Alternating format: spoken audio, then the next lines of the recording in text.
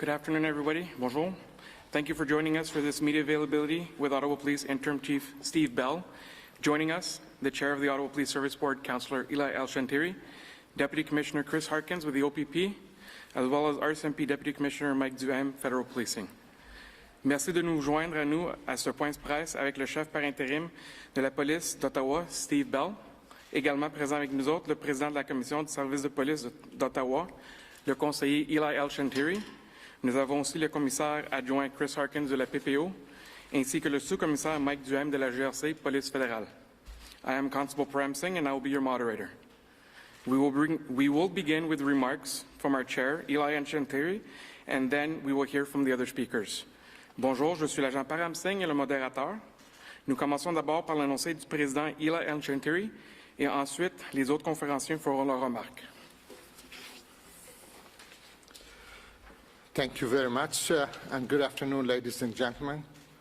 I'm here today. We just took a drive with our mayor to check our street and to stop in and say thank you to our partner, to our members, the Ottawa police members, and all our partners. It was a good day to be around and see our street. It's been clear. And it feels good to feel back, we are back in our city, and we're taking back our city. But today was mostly just to say thank you to the partner who came as far as Vancouver to come and help us with, in the city of Ottawa. So on behalf of our city, our resident, the Ottawa Police Service Board, everyone, I want to say thank you to the partner. We could have not done it without your help and your assistance. So heartfelt to all our members who's been working tirelessly in the last 3 weeks, and we want to say thank you to their family as well, because it's not just the partner who do the job, also the partner at home takes some of that as well. So thank you again, and I'll turn it over to you. Thank you. Chief. Thank you. Good afternoon, everybody. Bonjour à tous. I want to begin by thanking downtown residents for their continued patience. They woke up this morning to fencing and a very heavy police presence through the downtown core. While I know that everyone is pleased to see many of the unlawful protesters are gone, this is not the normal state of our city. Despite the successes of the past few days, we still require these measures to prevent unlawful protesters from returning. After a successful series of operations yesterday, the number of unlawful protesters has dramatically declined in the last 24 hours. Last night, we continued to have major issues with a group of dispersed protesters in the Bank Street area south of Queen Street. Many of the unlawful protesters continued their unruly behavior with officers who were attempting to erect barriers and fencing in that area. The actions of the unlawful protesters led to the deployment of an Arwin. We are not aware of any injuries. City crews are clearing and plowing the affected areas. As I said, at this time, checkpoints remain throughout the city. We ask residents to respect these checkpoints and the officers who are working there. We continue to advise unlawful protesters that they must leave the area immediately or they may face arrest. This morning, 4 people entered into a secure area and were arrested. We continue to monitor unlawful protester activity across the city and within the region. We are seeing the site at Coventry Road currently being dismantled. At this time, 191 people have been arrested. 107 people have been charged, and in total, 389 criminal charges have been laid so far. These charges include obstructing police, disobeying a court order, assault, mischief, possessing a weapon, and assaulting a police officer. Every one of these arrests has a backstory. In one incident, a protester attempted to disarm an officer of their taser. Another officer quickly intervened and assisted that officer to ensure that the taser was retained. The protester was arrested and several criminal code charges were laid, including mischief and attempt to disarm a police officer. We are aware that the Special Investigations Unit has invoked its mandate with respect to 2 incidents. One relates to an interaction involving a police horse. The other relates to discharge of the Arwin. Any questions relating to these 2 incidents must be directed to the Special Investigations Unit. The Provincial Emergency Management and Civil Protection Act, as well as the Federal Emergencies Act, have provided support to our operation and its continued viability and success. My colleagues from the Ontario Provincial Police and the Royal Canadian Mounted Police will address this in their statements. I'm proud of every member who has been involved in assisting our efforts to bring this unlawful protest to an end. And I continue to be impressed by the professionalism of our officers, some of whom have been confronted with very, very difficult situations. We know that these unlawful protests have been difficult on everyone in our community. This has impacted residents and communities right across Ottawa. We promised earlier this week that we would clear our streets and give them back to our residents. We promised that we would return our city to a state of normalcy. With every hour, we are getting closer to that goal. Please note that our entire police service remains committed to the community healing that still needs to be fostered and focused on in the days to come. Thank you.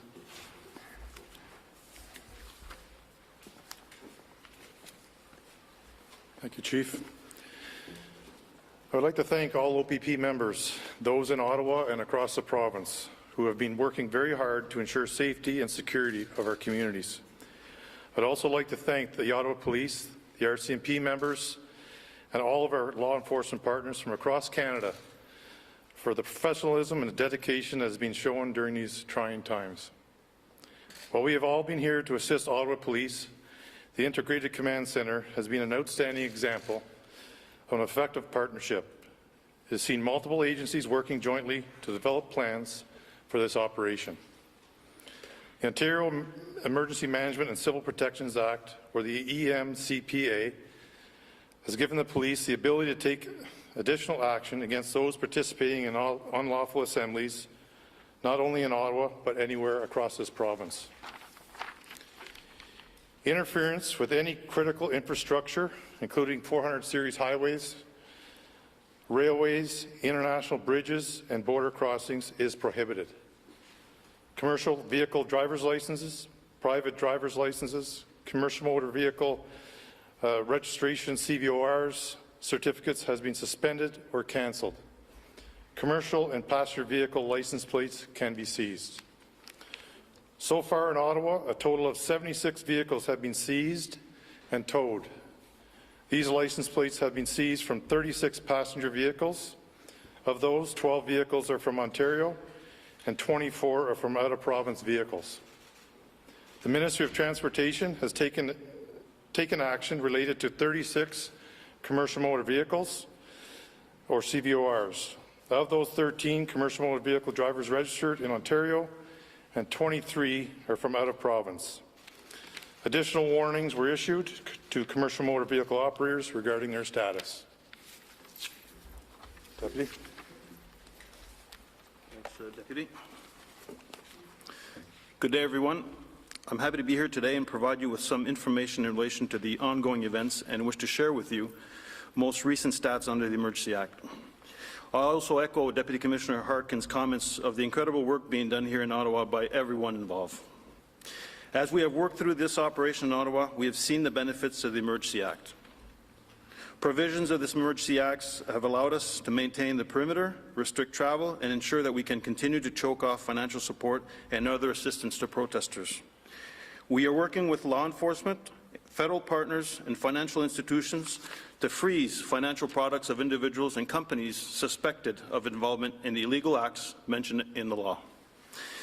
We are already seeing positive results, including the freezing of 206 financial products. And what I mean by financial products would be bank accounts, corporate accounts. The disclosure of 56 entities, vehicles, individuals, companies. The addresses of 253 Bitcoin shared with virtual currency exchangers. And the proactive freezing of an account of a payment processor for a value of $3.8 million by a financial institution. We continue to work at collecting relevant information on persons, vehicles, and companies, and remain in daily communication with the financial institution to assist them. Bonjour à tous, je suis heureux d'être ici aujourd'hui afin de vous fournir de l'information sur les événements en cours et désire partager avec vous les statistiques les plus récentes en vertu de la loi sur les mesures d'urgence. Je partage également les commentaires du sous-commissaire Harkins à propos de l'incroyable travail accompli ici à Ottawa par toutes les personnes concernées. Au fur et à mesure que nous avons travaillé sur cette opération à Ottawa, nous avons vu les avantages de la loi sur les mesures d'urgence. Les dispositions de la loi sur les mesures d'urgence nous ont permis de maintenir le périmètre, de restreindre les déplacements et de nous assurer que nous pouvons continuer à étouffer le soutien financier de toute autre forme d'aide aux manifestants. Nous travaillons avec nos partenaires de l'application de la loi, nos partenaires fédéraux et les institutions financières pour geler les produits financiers des personnes et des entreprises soupçonnées d'être impliquées dans les actes illégaux mentionnés dans la loi. Nous constatons déjà des résultats positifs, notamment le gel de 206 produits financiers, la divulgation de 56 entités, les adresses de 253 bitcoins partagés avec des échangeurs de monnaie virtuelle et le gel proactif du compte d'un processeur de paiement pour une valeur de 3,8 millions de dollars par une institution financière. Nous continuons à travailler à la collecte d'informations pertinentes sur les personnes, les véhicules et les entreprises et restons en communication quotidienne avec les institutions financières pour les aider. Merci beaucoup.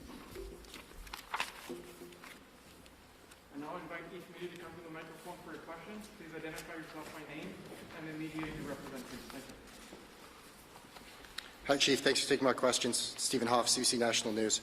After it took you almost 3 weeks to get rid of this occupation, how do you go about restoring trust among residents and who expect you to move quicker? And how long should they expect to see the checkpoints and the increased police presence downtown?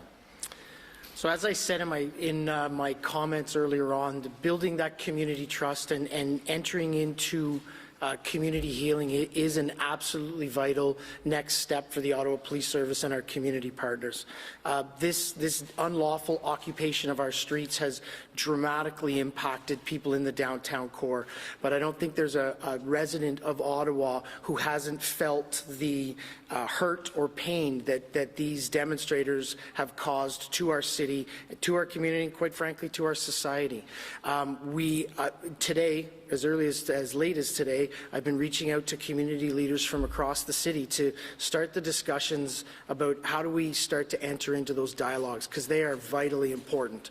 We know as a police service, we have public trust to gain back. We have discussions, dialogues, learnings to do from what happened and occurred up to this weekend, as well as how we reform, rebalance, and move forward those vitally important community partnerships, community relations. So as the chief and as representing every single member of this police service, we are deeply committed to the community healing that we know now needs to take place. Hi, Chief. Hello. Thanks for taking our question today. It's Joanne Canello, CBC News, Ottawa. Following on the sort of, how long will the downtown be closed? I see that a lot of people are speculating that maybe there's never going to be traffic back on Wellington Street. Security at Parliament Hill has often spoken about that. Now that it's been closed for 3 weeks, and I know it is the purview of Wellington Street of the Ottawa Police Service, is there any sense that it might be closed indefinitely until we figure out, how to prevent this sort of occupation again? I noticed that there are truckers, there's reports of the truckers having set up down at Van Cleek Hill, so they're not that far away. So one of the things that we identified early on is we had a deliberate, well-resourced plans and commitment from partners. I can tell you through discussions right up to before we came down to this press conference today, there's a deep commitment from our partners to continue to support us. Through the deputy commissioners that I'm working here with today, through the support of Commissioner Creek and Commissioner Lucky, I can tell you that the RCMP and OPP will be present with us till the end of this operation. And we're not done this operation yet. There is another phase that will identify how we maintain the streets, how we eventually demobilize once we've identified that there is no threat of further protests coming to our city. We aren't there yet. We will, over the next several days, identify what the posture of the police services will look like to see how we maintain a presence and make sure that nobody returns to occupy our streets again.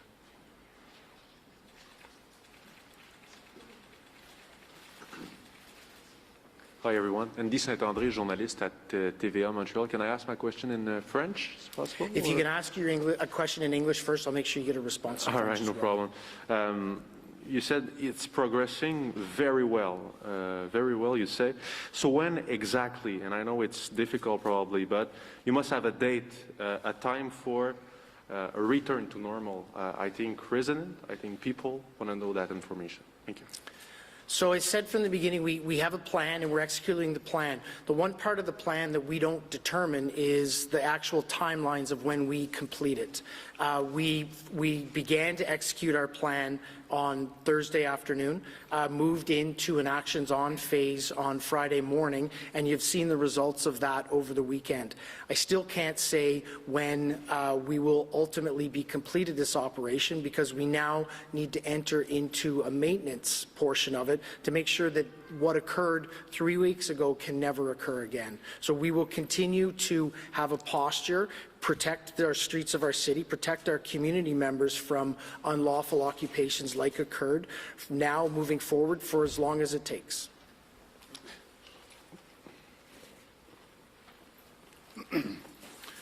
Ce que le chef Bell dit, c'est qu'on a un plan en place. On déroule le plan de façon méthodique.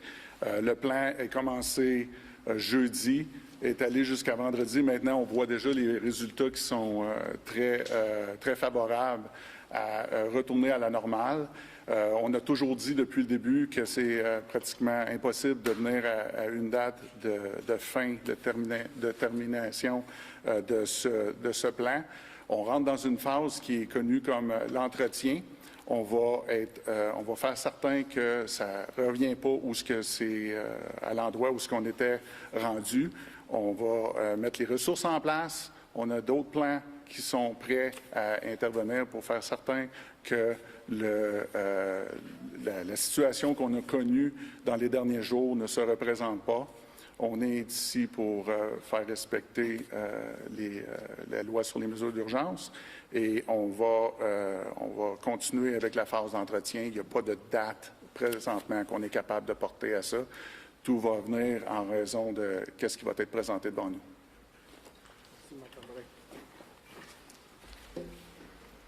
Good afternoon, Chief. David Menzies with Rebel News. Chief, can you kindly explain how it was that my colleague to my right here, Alexa Lavoie, was shot point blank with a tear gas canister, doing some very painful damage to her? What was the reason for that, given that she was simply practicing journalism in the public square? So I'm unfamiliar with the incident you're speaking of. What I can tell you is that there is complaint mechanisms, there is review mechanisms that will be engaged following this for any use of force incident that occurred. I'll also say that it's been my observations and experience through the amazing extensive journalism coverage that's occurred through this, that the vast majority of our members have been extremely professional. They have executed an extremely methodical plan that has been focused on the safety of the residents, the safety of our officers, and the safety of the people engaged in the protest. And Chief, just one follow-up question, if I may. Given that the Emergencies Act requires certain benchmarks to be met, such as the safety of Canadians must be at peril, the sovereignty of the nation must be at peril, do you think those benchmarks were met, given this was, for what I could tell, a largely peaceful demonstration and protest? So I guess I'm asking, did you really need to have this act invoked in terms of what were minor unlawful acts and basically bylaw infractions? So what the federal government, the provincial government, both enacted legislation that was absolutely supportive to helping us to end the illegal occupation of our streets.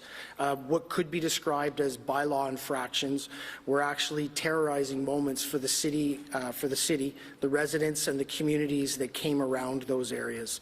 The powers that were provided to us through the Emergencies Act, through the Provincial Emergency Act, through the injunction, and through any of the other legislative means that we got to end this protest were extremely beneficial in us being able to be where we are today, see clear streets, and have residents that can again walk through their downtown core that they own. Thank you. Hi there, Erica Ibrahim, the Canadian Press. If my recollection is correct, it was mentioned that 191 people were arrested, 107 are charged. I'm wondering if you can tell us about the remaining number in custody and what we might be able to expect as far as charges laid with them. So what I can tell you is that we will, on a regular basis, update our investigative progress. You will see more people. There will be updated numbers in terms of arrests that have occurred as a result of unlawful protests and demonstrations today. You will see a series of charges coming out after that, and we will continue to update on our investigations and charges on an ongoing basis. Okay, thank you. And just one quick follow-up. I have heard a report that police were giving perhaps a piece of paper or something of that nature to truckers or demonstrators as they left the perimeter. I was wondering if you could describe what that might have been. So unfortunately, I'll have to get information for you. I'm unfamiliar what that piece of paper would be. Peter Hum with the Ottawa Citizen. I have some questions about protesters that are outside of the downtown core at the moment. I understand, first of all, with respect to Coventry Road, the encampment there, that notices regarding trespassing were delivered by police today. So I'm wondering if you could tell me, first of all, like what the situation is currently, how many protesters are there at the camp, and then what you're expecting from those people. So as we indicated at the beginning of this, there was a methodical plan that was going to be enacted to take care of all of the locations that were disrupted by the unlawful occupation. That includes Coventry Road. Currently, there is activity by our members and activity by demonstrators to demobilize that area and ultimately resecure it by the city. If I could follow up, there are also reports, as I understand it, of protesters retreating to property in Kinburn, and as well there's been reports in the past about protesters in Embrun on, I believe, private property there. Can you tell me what can police do about those protesters? So we have active intelligence investigations ongoing to ensure that we know where people are leaving if they are trying to amass again to return to the downtown core. So while we maintain our footprint in this area to protect the downtown streets, we are trying to or attempting to keep tabs on those that are leaving and being potentially massing to come back. We will continue those efforts through our partnership with the RCMP and the OPP, continue to gather intelligence to make sure that these illegal activities don't return to our streets. Thank you, everyone. This concludes today's media availability. I'd just like to make a couple more last comments, if you don't mind, please. So. First of all, what I'd like to say is the media coverage, the participation from the media throughout this has been quite incredible. The documentation of the activities that are going on has given people the real-life experience of what's occurring out there. So for that, I thank you. I also know the media has been subjected to slurs, to abuse, to illegal activities to themselves. So we have one active investigation ongoing right now, and I would ask that if there are any more activities that need to be reported, please report them to the Ottawa Police Service, because we will take them seriously and conduct an investigation around those activities. I have to thank the officers that came here. It's nothing short of incredible, the people that showed up for us. The municipalities, the federal, provincial police services that actually attended Ottawa to help us take our streets back was amazing. But beyond them, I actually have to thank the communities that they came from. There are many, many people across the country that actually let their police officers go to help the citizens of Ottawa, and for that, I thank them. Finally, it's important for me to recognize the community. I talked about community healing. I talked about the steps that we have to go on to move ahead, and they are many, and they will be hard, and they will be long, but you have the commitment of this service to actually engage in those. There are many steps that we have to take, but they are going to be important discussions and dialogues so that we can heal as a community and come together. Thank you very much.